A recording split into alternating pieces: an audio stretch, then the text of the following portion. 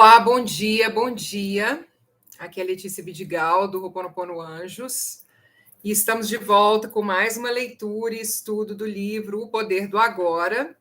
Essa é a nossa 34ª leitura. Nós estamos aqui no capítulo 9, se eu não me engano. Deixa eu confirmar. Capítulo 9, que é muito além da felicidade e da infelicidade existe a paz, ok?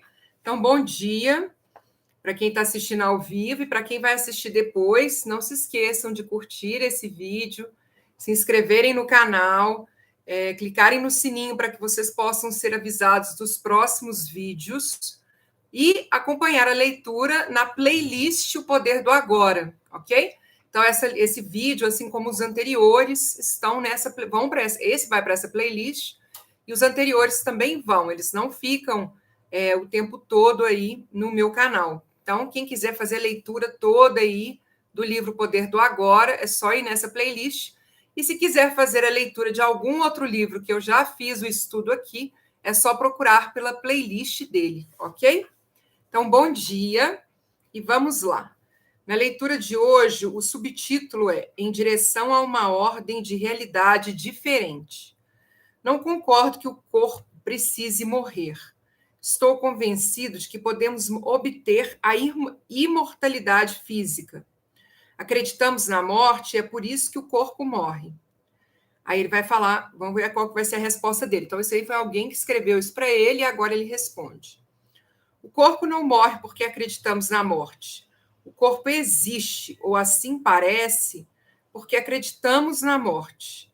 O corpo e a morte são partes da mesma ilusão, criada pelo modo egóico de consciência, que não tem percepção da fonte da vida e vê a si mesmo como uma coisa separada e sob constante ameaça. Assim, ele cria a ilusão de que somos um corpo, um veículo físico e sólido que está sob uma constante ameaça. A ilusão está em percebermos a nós mesmos como um corpo vulnerável, que nasce e pouco depois morre. Corpo e morte. Bom dia, Clay, seja bem-vinda. Uma ilusão. Um não existe sem o outro. Queremos manter um lado da ilusão e nos livrarmos do outro, mas isso é impossível. Então, a gente quer se livrar da morte, mas quer manter o corpo. Então, isso não é possível, né? Porque os dois fazem parte da mesma ilusão. Queremos manter um lado da ilusão e nos livrarmos do outro, mas isso é impossível. Entretanto, você não pode escapar do corpo, nem tente fazer isso, nem tem de fazer isso. O corpo é uma percepção incrivelmente distorcida da nossa verdadeira natureza. Mas a nossa verdadeira natureza está disfarçada em algum lugar dentro dessa ilusão, não do lado de fora. Portanto, o corpo ainda é o único ponto de acesso a ela. Se você vê um anjo, mas o confunde com uma estátua de pedra, tudo o que você precisa fazer é adaptar a sua visão e olhar mais de perto para a estátua de pedra, e não olhar para o outro lado. Você então percebe que aquilo nunca foi uma estátua de pedra. Então, ficar nessa ilusão de que não quer morrer, na verdade, é impossível, uma vez que nós temos esse corpo físico, mas que é algo necessário, imagino, para a nossa experiência, né? Apesar de ser uma percepção incrivelmente distorcida da nossa verdadeira natureza. Aí vem uma dúvida, tá? A parte de dúvida. Se a crença na morte cria o corpo, por que um animal tem corpo? Um animal não tem um ego e não acredita na morte. Mas ele morre, ou parece que morre. Lembre-se de que nossa percepção do mundo é um reflexo do nosso estado de consciência. Não estamos separados dele e não há um mundo objetivo fora dele. A cada momento, a nossa consciência cria o mundo em que habitamos. Um dos maiores insights que a física moderna teve foi o da unidade entre o observador e o observado. A pessoa que conduz a experiência, a consciência observadora, não pode ser separada dos fenômenos observados E uma nova maneira de olhar leva os fenômenos observados a se comportarem de maneira diferente. O Dr. Joe Dispenza também fala sobre isso no livro Quebrando o Hábito de Ser Você Mesmo, né? Da percepção das pessoas em relação... Na hora que o cientista faz uma observação de um átomo, ele pode se comportar, as suas partículas podem se comportar de forma diferente. Não sei se eu falei certo, não, mas é mais ou menos isso. Vamos lá. Se você acredita na separação e na luta pela sobrevivência, vê essa crença refletida à sua volta, e as suas percepções acabam sendo governadas pelo medo. Você vive num mundo de morte, lutas, uns atacando e matando os outros. Nada é o que parece ser. O mundo que você criou e vê através da mente pode parecer um lugar bem perfeito, até mesmo um vale de lágrimas. Mas o que quer que você perceba é somente uma espécie de símbolo, como uma imagem em um sonho. É o jeito pelo qual a sua consciência interpreta e interage com a dança de energia molecular do universo. Essa energia é o material bruto da assim chamada realidade física. Você a vê em termos de corpos e de nascimento e morte, ou como uma luta pela sobrevivência. Existe um número infinito de interpretações diferentes, de mundos completamente diferentes, tudo dependendo do que a consciência percebe. Cada ser é um ponto focal da consciência, e cada ponto focal cria seu próprio mundo, embora todos esses mundos se interliguem. Existe um mundo humano, um mundo das formigas, um mundo dos golfinhos, etc. Existem incontáveis seres cuja frequência de consciência é tão diferente da nossa que provavelmente não temos consciência da existência deles, assim como eles não têm da nossa. Seres altamente conscientes da ligação que mantém com a fonte habitam um mundo que, para nós, pareceria com um domínio celeste. Mas, ainda assim, todos os mundos são basicamente um só.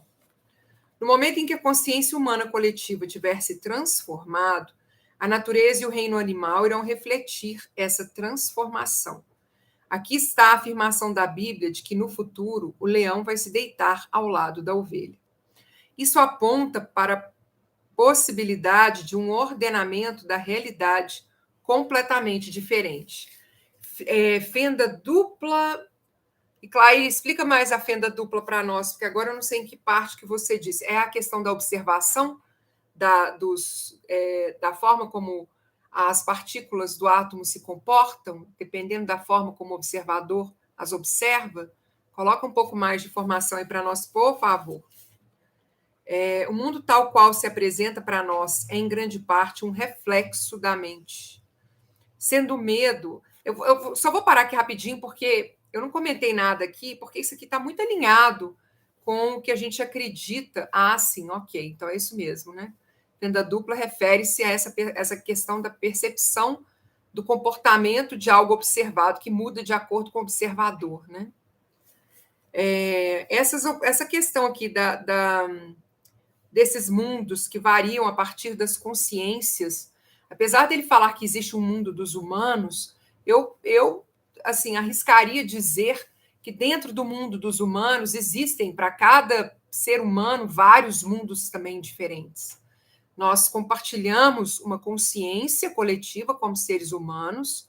Para o Ho'oponopono, temos memórias para serem purificadas que nós compartilhamos a partir dessa rede que nós fazemos parte, mas as pessoas vivem em realidades muito diferentes. Então, o nível de consciência dos seres humanos é muito variado, muito variado. Tanto que a gente percebe assim, pessoas que estão vivendo num nível de consciência ainda muito primitivo, ainda muito sem percepção do valor que elas têm a respeito de si mesmas, do corpo físico, que é a morada delas, pessoas que já estão muito mais conscientes dessa força criadora que elas têm. Então, assim, até dentro do mundo dos humanos, eu arriscaria dizer que também existem vários mundos a partir dessa variedade de consciência, né? Então, ele fala assim, o mundo tal qual se apresenta para nós é, em grande parte, um reflexo da mente.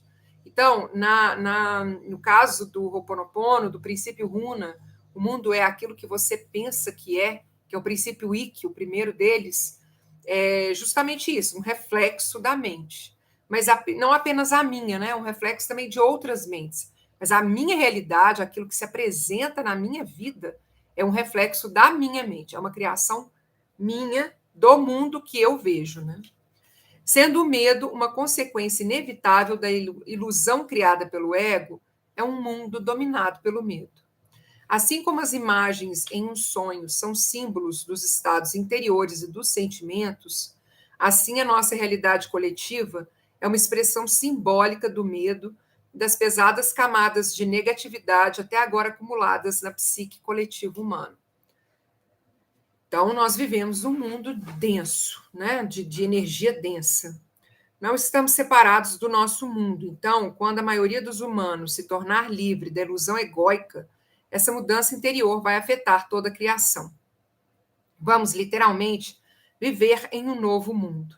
Então, vamos pensar nesse novo mundo, gente, como um mundo expandido, um mundo mais próspero, um mundo mais abundante, um mundo em que nós temos relações mais equilibradas entre nós mesmos, com a gente mesmo e com as outras pessoas, mas não necessariamente um mundo em que a gente vai retornar ao primitivo, retornar, então eu tenho que sair da cidade, eu tenho que viver no meio do mato, eu tenho que estar em contato permanente com a natureza, eu tenho que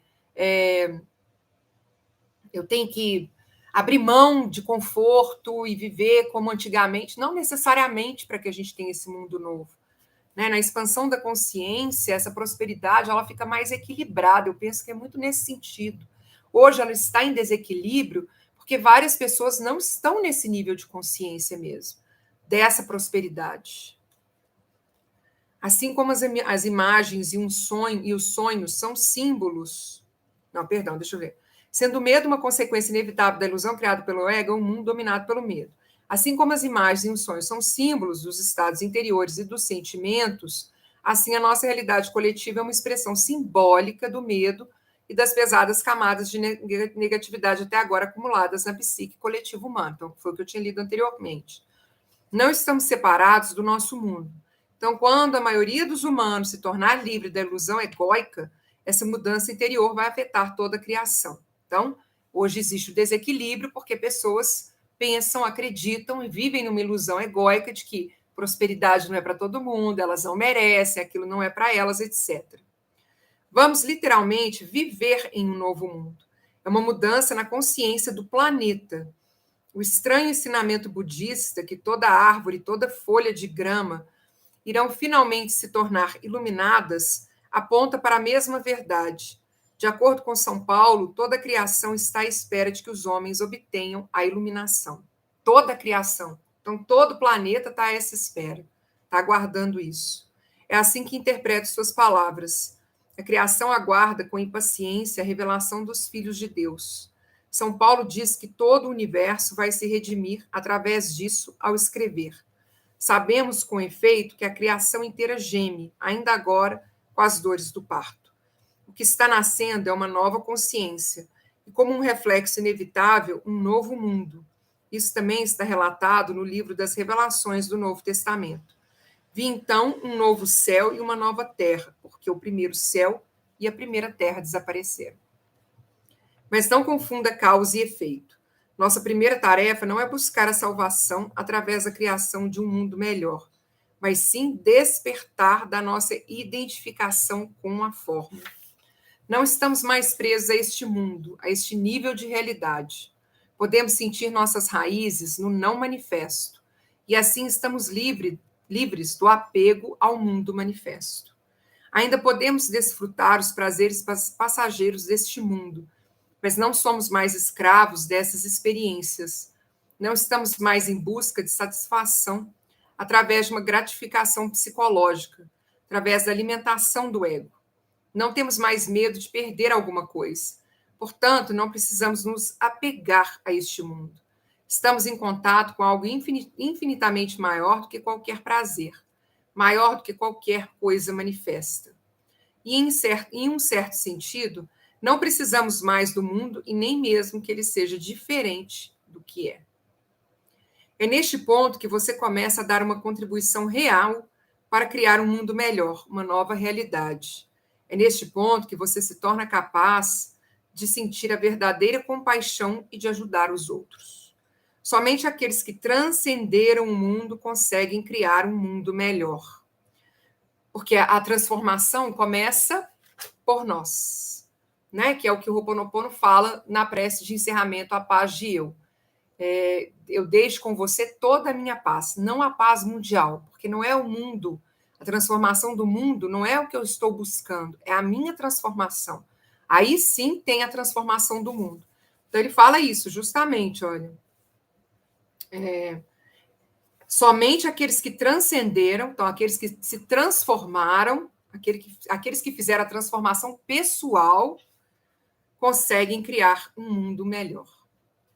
Você deve lembrar que já falamos sobre a dualidade da verdadeira compaixão, que é a percepção de uma ligação tanto com a mortalidade quanto com a imortalidade. É aquela tristeza alegre, lembra? Nesse nível profundo, a compaixão se torna um remédio no sentido mais amplo. Nesse estado, a sua influência curativa se baseia não no fazer, mas no ser. Todas as pessoas com quem você mantiver contato serão tocadas pela sua presença e afetadas pela paz que você emana, quer elas estejam ou não conscientes disso. Quando estiver inteiramente presente e as pessoas à sua volta tiverem um comportamento inconsciente, você não vai sentir necessidade de reagir. A sua paz será tão grande e profunda que tudo que não for paz desaparecerá nela, como se nunca tivesse existido. Isso quebra o ciclo kármico de ação e reação. Os animais, as árvores, na verdade, olha só, vou fazer uma observação aqui a partir da lei de causa e efeito que nós estudamos na semana passada lá no meu Instagram. Na verdade, a gente não quebra o ciclo kármico de ação e reação. O que a gente vai fazer é criar um novo efeito. E não sei se vocês assistiram, mas quando eu expliquei a lei de causa e efeito, você faz algo, que é a causa, e gera um efeito. Só que esse efeito se transforma em causa. Porque você, por exemplo, me xingou e eu tive uma dor por isso, esse é o meu efeito, eu vou brigar com você. Então, agora eu estou causando um efeito em você. Nós vivemos num mundo de causa e efeito. O tempo todo nós estamos vivendo aí um trem de causas, né? Então, porque o tempo todo alguém faz alguma coisa, gera um efeito em mim, e esse efeito vai fazer com que eu faça algo, que a gente pode chamar aqui de lei de ação e reação. Só que aqui, quando a gente muda, a gente modifica, a gente não vai quebrar um ciclo de kármico de ação e reação, porque elas vão continuar acontecendo. Só que como a minha reação vai ser diferente, a minha resposta à causa, o efeito que ela vai trazer para mim vai ser diferente do anterior, uma nova causa vai surgir, uma nova reação vai surgir. A partir dessa nova reação, um efeito novo vai surgir. E esse novo efeito vai gerar uma nova causa. Então, vai ser um ciclo, uma quebra de ciclo do que está acontecendo agora, mas não porque nós não teremos mais a lei de ação e reação funcionando na nossa vida. Ficou claro? Está claro? Os animais, as árvores, as flores vão sentir a sua paz e reagir a ela. Ou seja, vai ter reação. O efeito, só que vai ser um efeito diferente. Então, no caso, pode ser por isso que ele falou de ciclo kármico, daquilo que eram de memórias anteriores, né? Então, isso a gente pode trazer exatamente para o Ho'oponopono. Eu agia antes, o efeito que causava em mim estava relacionado às memórias que eu carrego, mas no momento em que essas memórias não assumiam controle, não é a minha criança que vai assumir, trazendo essas memórias à tona, quando o efeito é diferente, a gente quebra o ciclo do que era anteriormente. Você ensinará através do ser, através da demonstração da paz de Deus. Você passará a ser a luz do mundo, uma emanação da pura consciência, e assim eliminará a causa do sofrimento. Você eliminará a inconsciência do mundo. Então, olha só como que é interessante esse processo, né? Quando a paz começa comigo, quando Morná fala isso, né? A paz começa comigo. Aqui ele dá o caminho das pedras, que é também dentro dessa lei de causa e efeito. Agora o efeito em mim é diferente, portanto, eu gero uma ação que vai ser diferente, que vai gerar um efeito diferente, que vai gerar uma ação diferente do que era antes, e a partir disso nós temos a transformação do mundo. Mas começa por nós, ok? Isso não significa que você não possa também ensinar através da ação. Tá vendo? Ele tira como se a ação não estivesse acontecendo. E pela lei de causa e efeito, como é uma lei universal e as leis universais, elas não são criadas pelo homem, elas são criadas pelo divino criador, nós homens, nós seres humanos, nós não podemos modificar essas leis. Então, quando ele fala assim, você também não pode ensinar através da ação, você vai ensinar através da ação, só que ela é diferente do que ela era antes. Por exemplo, ao apontar como se desidentificar da mente, reconhecer padrões inconscientes no interior de alguém, etc. Ele fala assim, isso significa que você não pode também ensinar através da ação. Por exemplo, ao apontar como se desidentificar da mente, reconhecer padrões inconscientes no interior de alguém, etc. Qualquer reação diferente, qualquer ação diferente daquela que a gente fazia antes, já gerou um efeito, já gerou uma transformação. Mas quem você é será sempre um ensinamento transformador do mundo, mais vital e mais poderoso do que o que você disser, e até mais essencial do que o que você fizer.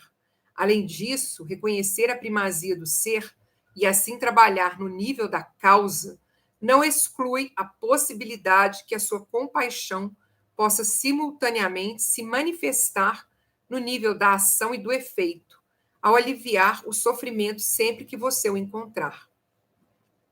Não exclui a possibilidade, então, o nível, a primazia do ser, assim, trabalhar no nível da causa, tá vendo? É a lei da causa e efeito que ele está falando aqui, exatamente.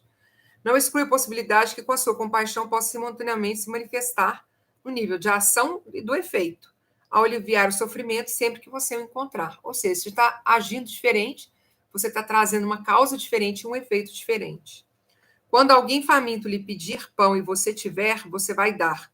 Mas ao dar o pão, mesmo que o seu contato seja muito breve, o mais importante será esse momento do ser partilhado, do qual o pão é apenas um símbolo.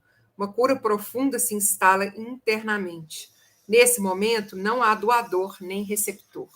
Há apenas essa conexão mesmo, né? De dois seres e esse reconhecimento aí dessa energia, esse novo efeito que está sendo gerado por uma nova causa, por uma nova ação. Bom, deixem aí depois os comentários de vocês, o que vocês acharam sobre esse subtítulo, e nós vamos continuar a nossa leitura amanhã, às 9h45, respondendo a seguinte pergunta: como podemos criar um mundo melhor sem acabar primeiro com grandes males, como a fome e a violência? Então, a gente vai escutar a resposta do autor amanhã na nossa leitura, 9h45, ao vivo aqui no YouTube. Eu espero por vocês. E para quem chegar depois, não se esqueçam de deixar o like de vocês nesse vídeo, comentem o que vocês pensaram sobre isso, se inscrevam no canal e cliquem no sininho para vocês serem notificados de novos vídeos. Mahalo de coração para quem assistiu aí ao vivo, mahalo para você que está assistindo aí depois, e até o nosso próximo encontro, sempre segundas, terças e quartas, às 9h45 da manhã. Espero por vocês. Aloha, tchau, tchau.